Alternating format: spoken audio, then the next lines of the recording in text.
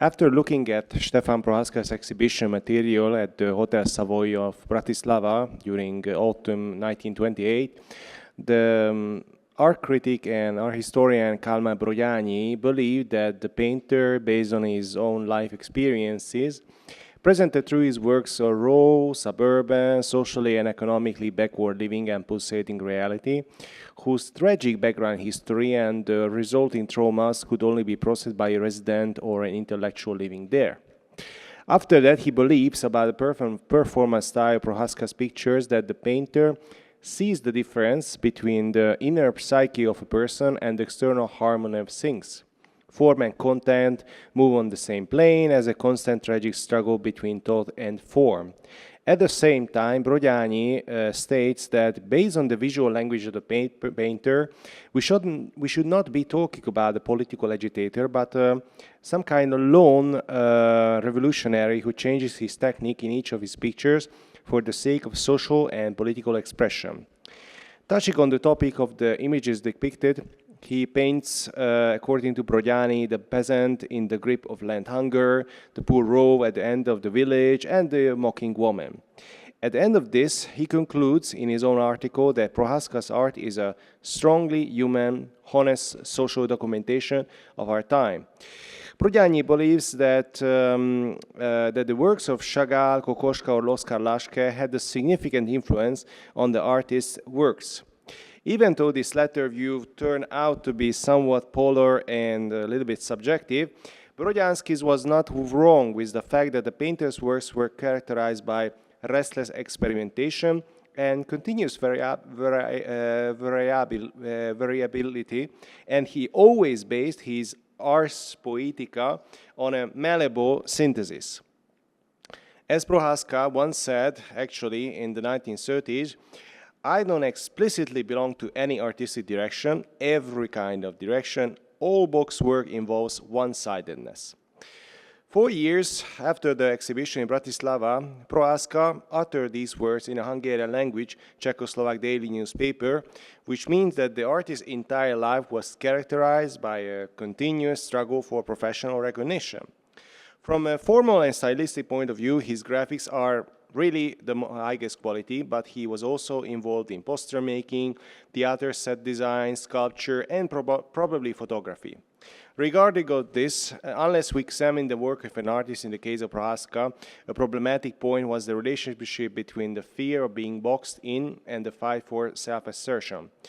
At the same time, in the 1960s, he was no longer able to achieve generous successes like in the 1930s, 40s, and 50s.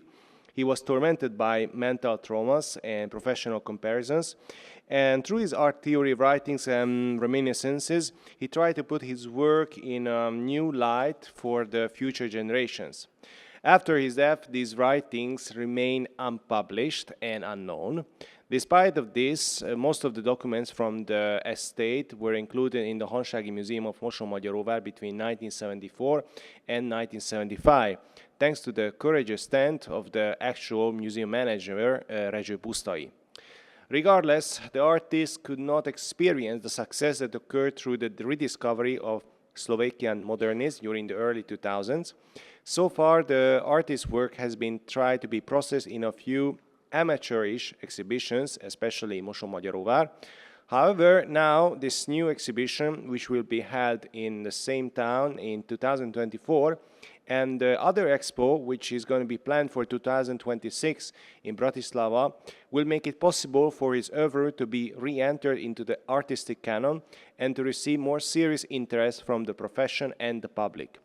This performance would not only set the stage for both exhibitions, but would also presumably present the hectic oeuvre based on a new methodological approach. In light of this, it is worth actually stating with the fact that already in the 2019 catalogue entitled New Realism, Zsófia Kiszemán, in her study Artistic Events in Slovakia in the Interwar period by the minority art scene, believed that Prohászka and his generation's members were part of a constantly changing historical and social structure.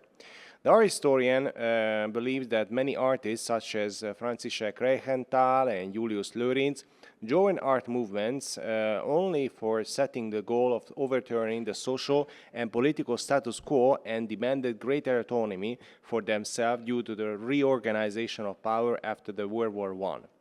On the other hand, such artists, for example, Štefan Prohászka and Edmund Gwerk, represented a more critical position towards industrialized cities with a central role, and they were aimed to introduce the marginalized social stratum. This critical approach would not have been possible without the cooperation between artists like Francis Serhetenthal, Edmund Gwerk, and even Imrich Weiner-Král, who tried to create a new, modern, and stable world order. Regardless of this, in addition to political commitment, how realistically they were able to think through the specific political and social structure, and how did they feel about the principle of locality or internationality, and how did they try to use the principle of national identity or center-periphery for their purposes. Matthew Rempley's 2021 Network Horizons, Centers and Hierarchies on the Challenges of Writing on Modernism in Central Europe was a great help to me in answering these questions. In this publication, the art historian describes that the dual system of relations between the center and the periphery had a serious impact not only on the social but also on the cultural level within the oeuvre of some artists.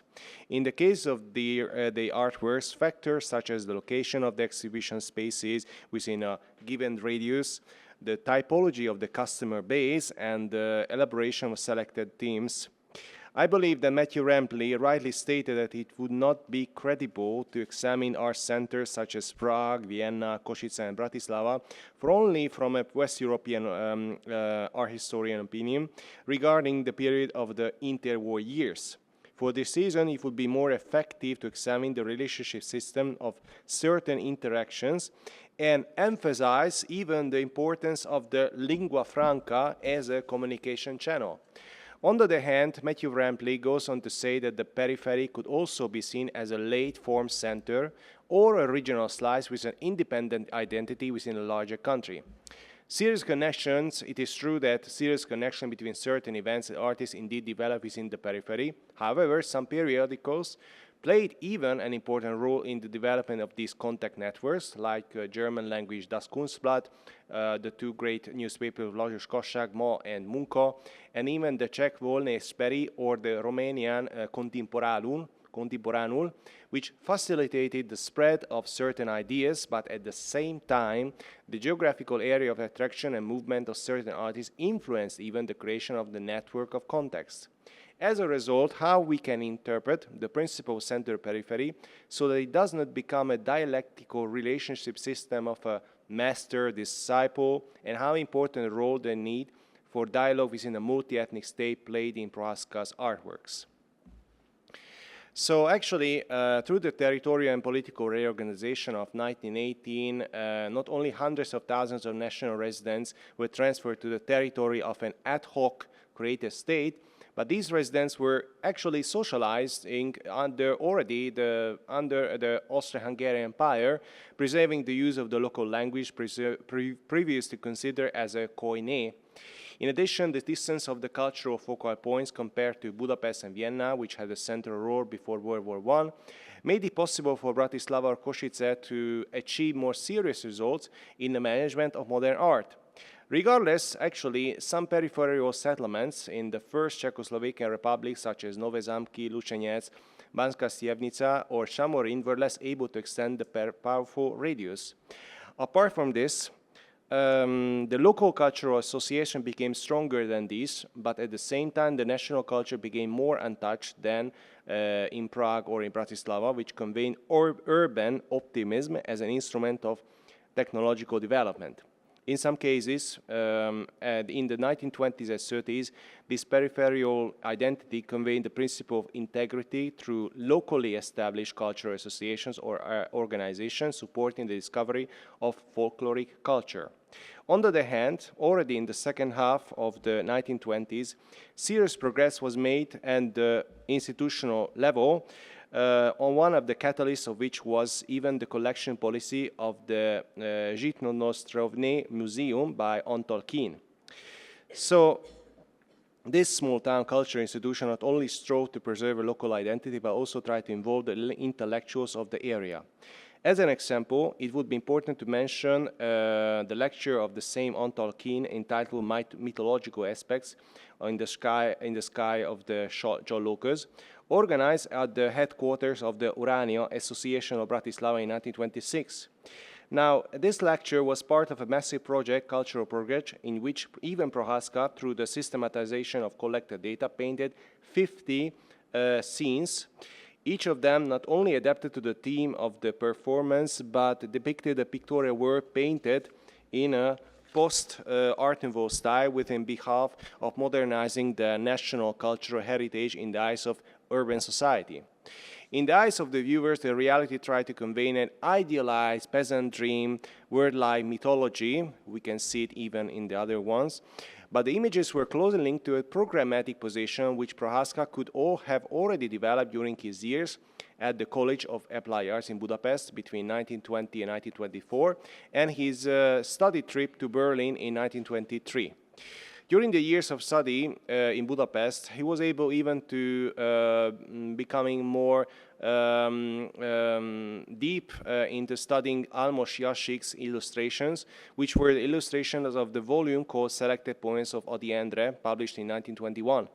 These scenes overheated with eroticism, sharing an idealized dream world and post-romantic reflections, which probably inspired the visual language of Prohászka itself.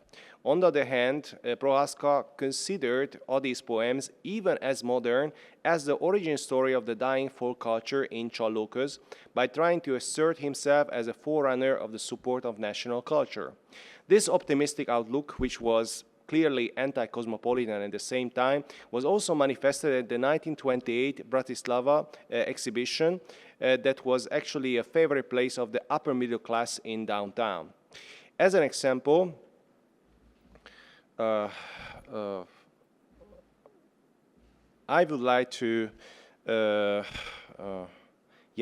an example, I would like to highlight the painting called Whose Farm Is This Poplar?, in which the presentation style, the technique, and the expressive lines brushing against a sensual word reveal a word similar to what we can find in a painting of Edvard Munch.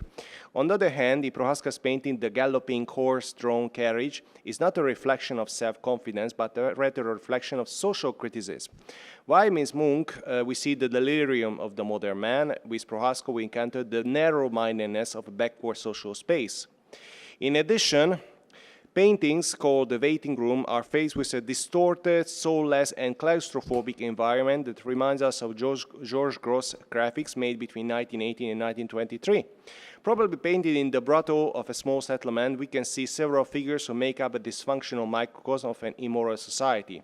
There is no interaction between them, they are incapable of emotions. At the same time, distorted looks reflect the emptiness of the spiritual world.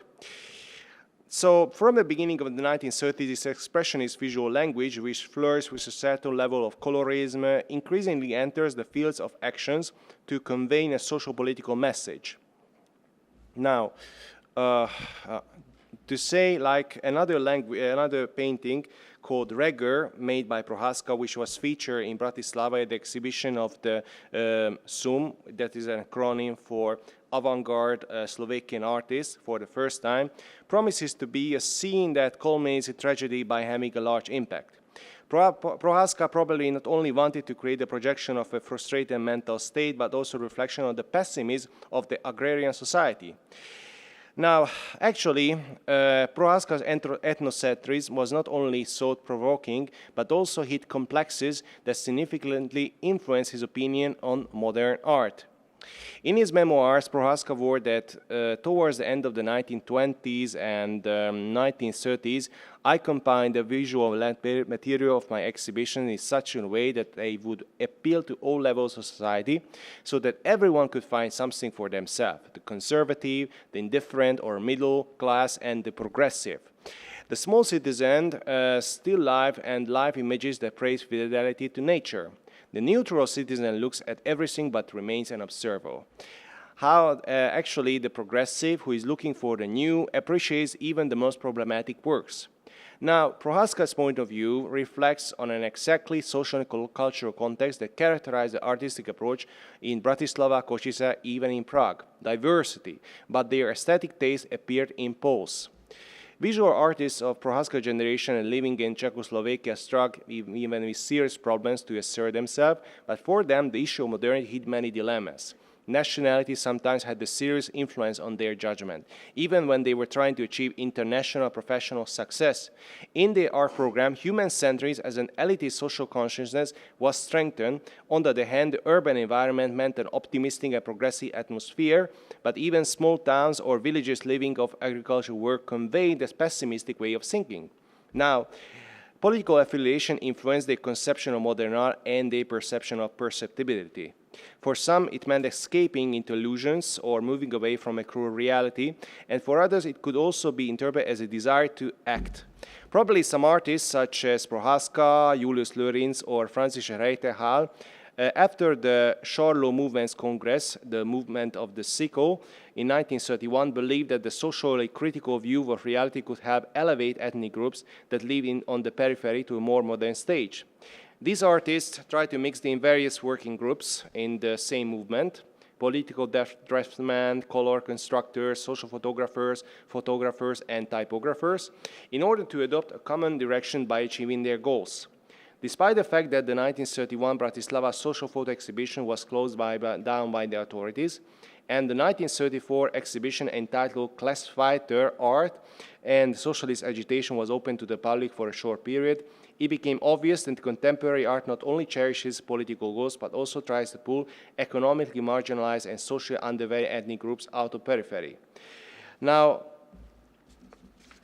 modernist art became a tool of political program that also used the visual language of form-breaking and social-transforming avant-garde modernism.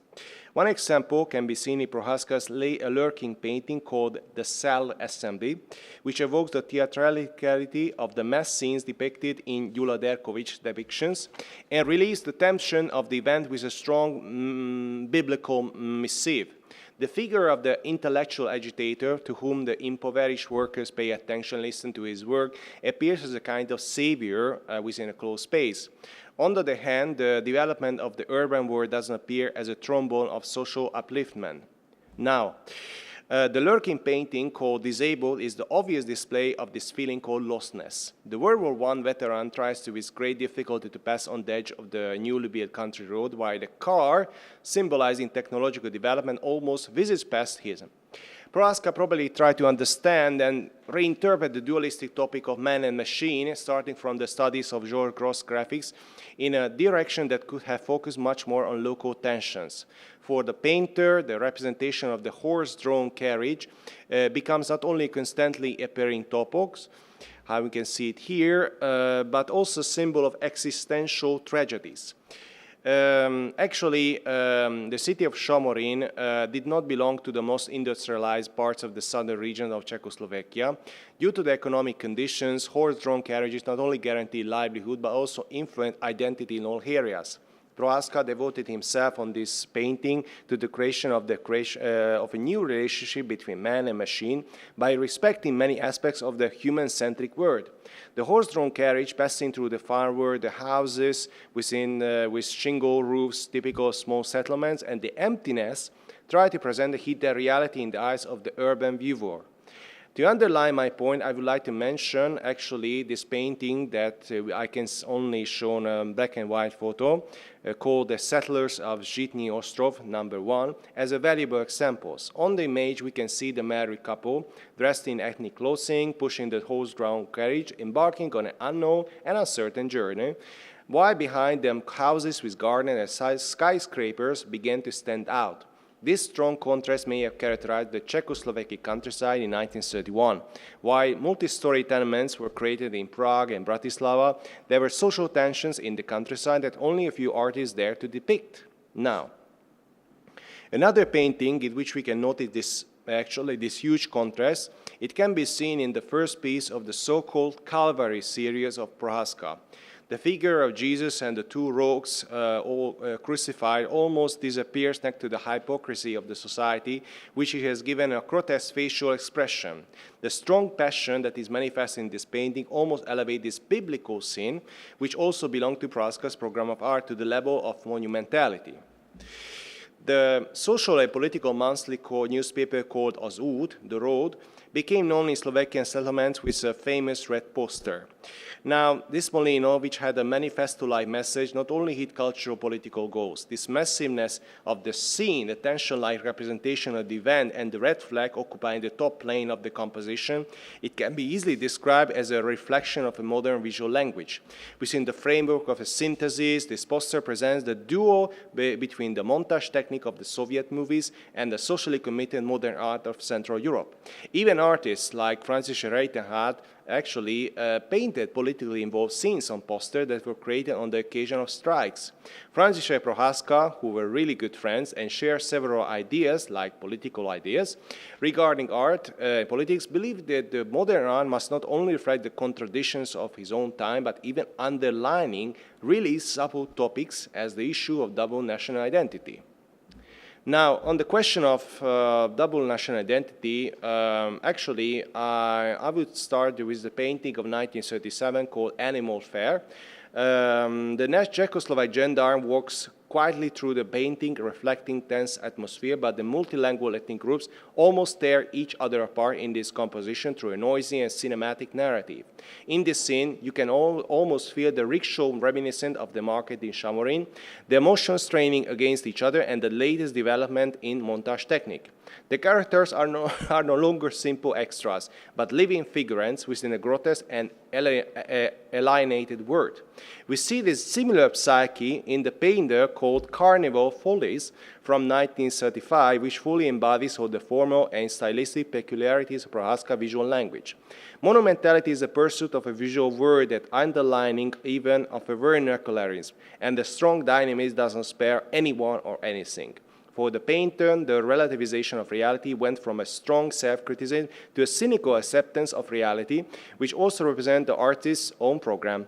This might have been the most important stage of programmatic monumental art in the mural frescoes created together by František Rejtenhát, which was made in 1935 in the lecture hall of the Workers' Academy in Bratislava, in which actually larger strokes and in a summary manner with symbolic simplicity, he places the peasant on one side and the worker family on the other side next to the figure Marx, with a cheerful face and agitating gesture.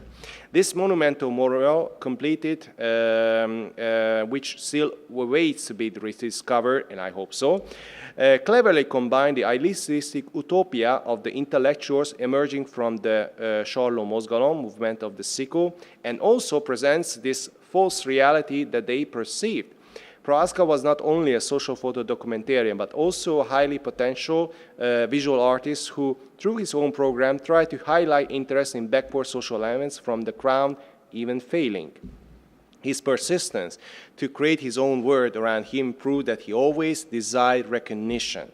In his own memoirs, always described a toxic relationship, not only into his family by having an old-school father, but an environment that never really accepted his true ambitions. This kind of small-town mentality that probably Prohászka always hated. In spite of this, he believed that the peripheries can grow apart from the centers by becoming centers itself through a self-reflective social-political art program. Unfortunately, because of World War II and the post-war era in Hungary, this goal could never be achieved by him. As a conclusion, I would like to underline that in Prohászka oeuvre, we can find the optimistic duality of center and periphery with a pessimistic attitude towards the urban environment. Thank you very much for your attention.